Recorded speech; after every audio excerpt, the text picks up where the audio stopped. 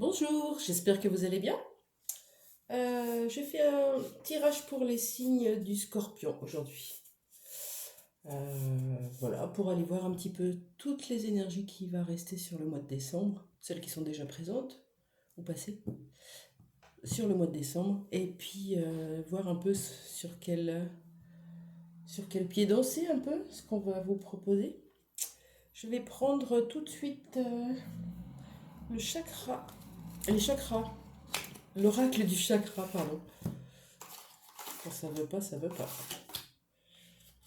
De Tori Hartman, ça va nous donner un peu une idée de l'ambiance. Donc c'est un tirage général, je vous le rappelle, concernant votre vie sentimentale, voilà, sur le mois de décembre.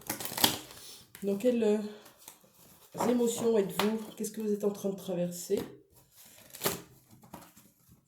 sur le mois de décembre? Allez, on y va. Pour les scorpions qui me regardent, qu'est-ce qu'il est en train de se passer? Ok, je vais prendre que celle-ci. Voilà, vous avez le mental en boucle. Il y a trop de choses dans votre tête. Ça prend la tête. Hein? Et là, il y a votre main qui vous dit stop. Elle demande à ce qu'on y voit clair parce qu'elle n'en peut plus. On est obligé de fonctionner avec le mental. Bien sûr qu'on est obligé. On a un ego, on a un cœur, voilà, on va équilibrer les deux pour pouvoir avancer. Parfois, l'ego prend beaucoup plus de place. L'ego, c'est tout ce qui n'est pas bienveillant, en fait. C'est tout ce qui vient vous faire douter, tout ce qui vous rend méfiant, tout ce qui vous rend dans des énergies négatives, de rancœur, de conflit, enfin voilà, ça c'est l'ego. L'âme, elle est ok. Il y a des choses qu'on veut plus, mais on les enlève, on ne les critique plus, on les garde plus en mémoire, on ne vit plus avec comme un fardeau ou un poids sur l'estomac. On avance. Parce que là, vous avez beaucoup d'énergie négative. C'est comme ça que j'apprends cette carte du mysticisme. C'est comme si on vous entourait, ou alors vous vous entourez. En tout cas, regardez, même jusqu'à la capuche, il n'y a rien qui peut laisser rentrer la lumière. Là, vous êtes complètement enfermé. On vous demande de changer d'énergie. Je ne sais pas ce qui se passe dans votre vie sentimentale. Il y a quelque chose qui vous perturbe beaucoup. Ok. Alors, on va prendre l'oracle des miroirs pour avoir un peu plus d'informations. Bon, écoutez, la vie c'est ça, c'est des hauts et des bas, avec des choses qui nous restent en tête, dont on n'arrive pas à se détacher. Bon, on avance, on fait de notre mieux surtout. Voilà, il n'y a pas besoin de se punir en plus. Juste besoin de se rendre compte que on n'est pas obligé de rester là-dedans. On peut observer la situation d'un autre angle de vue. Qu'est-ce que nous dit l'oracle des miroirs sur vous? Hop, elle a bien sauté celle-là. Oui, il y a de la jalousie. Alors, peut-être vis-à-vis de vous, ou c'est vous qui êtes jalouse. Il y a deux femmes là, avec un homme. Peut-être êtes-vous en séparation, ou peut-être attendez-vous quelqu'un, ou en triangulaire, en tout cas. Ça pèse dans vos énergies. Ouais, la dépendance affective, c'est quelque chose qu'on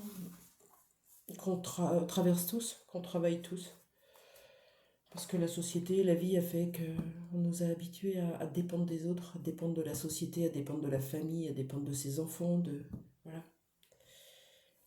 Et quand on arrive dans un travail de cheminement pour soi-même, sur soi-même, bah c'est tout l'inverse, on nous demande de se détacher de tout ça. Et petit à petit, ça n'existe plus. Donc, soyez cool avec vous-même, c'est ok. Je vais prendre une carte. Tiens, de l'oracle de l'empathie. Bon, il y a vraiment quelque chose dans votre vie sentimentale qui vous pèse une situation dans laquelle vous êtes ou que vous prévoyez d'être, ou quelqu'un qui est dans votre cœur et c'est plein d'énergie négative autour de vous, en vous. Hop. Et ça vous rend jalouse.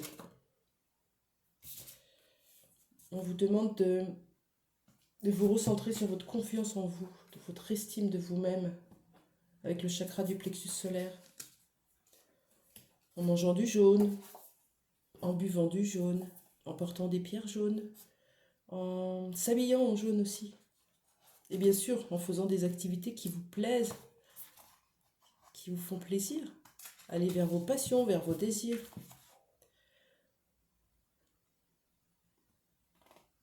C'est mon 3e chakra. C'est à travers lui que nous expérimentons notre volonté, pouvoir faire des choix à partir d'un espace exempt de peur, d'inquiétude ou de jugement. Et c'est un don qui nous permet de voir et d'apprendre comment développer la façon dont nous nous investissons dans notre énergie. Voilà. Nous apprenons ici à ajuster nos énergies, émotions et pensées pour pouvoir les manifester. Notre volonté est cependant souvent mise à l'épreuve en raison de nos croyances religieuses, des règles de la société, des peurs que les autres projettent. Ces peurs vous mettent dans des énergies négatives, comme si vous vous auto-sabotiez. Et là, je vous répète la phrase. Blablabla. Ça nous permet de voir et d'apprendre comment développer la façon dont nous investissons notre énergie. Là, clairement, il vous est demandé d'investir votre énergie dans le bon côté des choses. Ce qui vous pèse, ok. Vous n'allez pas rester chez vous à vous poser tout le temps ces mêmes questions qui vous tournent dans la tête. Hein? Vous allez essayer de voir l'autre côté, l'autre partie de votre vie, celle qui est belle, celle où vous pouvez développer votre créativité, vos passions, vos envies, celle où vous êtes heureux. La partie de vous qui est jaloux et qui est en colère et qui a la tête qui va exploser, c'est une infime partie de vous. Ça ne fait pas... Ce n'est pas vous, totalement. C'est une partie. L'autre partie, elle demande à explorer. Elle demande à s'épanouir. Et vous n'avez pas besoin du regard des autres et d'attendre la validation. Ça veut dire qu'on vous dit de y aller. Vous savez peindre, vous savez jouer de la musique, écrire, faire de la photo, chanter, masser, vous travaillez peut-être dans les énergies, on vous dit d'y aller. Et vous n'avez pas besoin de validation de qui que ce soit. La seule validation, c'est la valeur que vous vous donnez. Je m'aime et je m'accepte tel que je suis.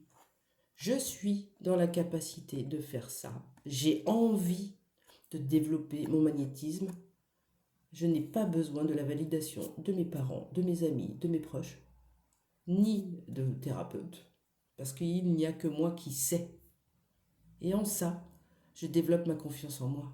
Parce que je me crois, j'ai confiance, j'écoute ma voix intérieure. C'est un peu fouillis, là, le discours que j'ai. Parce qu'il y a beaucoup de choses qui pèsent là. On va voir s'il y a l'oracle de ma puissance intérieure qui vous donne un petit conseil pour vous. Clairement, la situation qui vous pèse, vous faites un break, une pause, prenez du recul, vous faites autre chose. Vous vous reconcentrez sur vous. Voilà, pour retrouver des bonnes énergies. Alors, l'oracle de ma puissance intérieure pour les scorpions.